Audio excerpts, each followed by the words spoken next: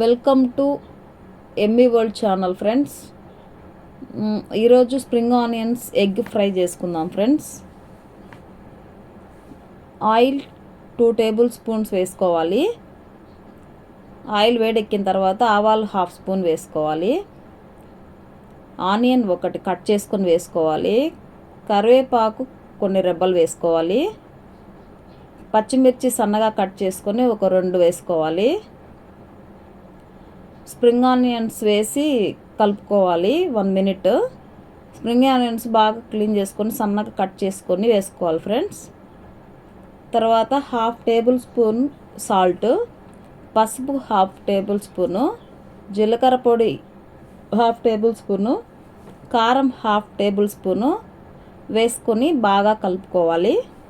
5 minute బాగా ఉడికించుకోవాలి.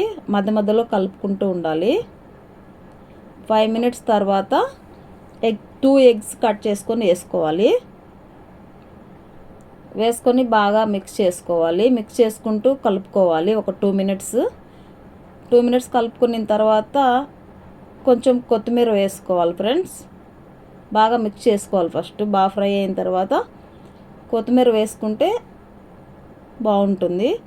Spring onions egg fry ready.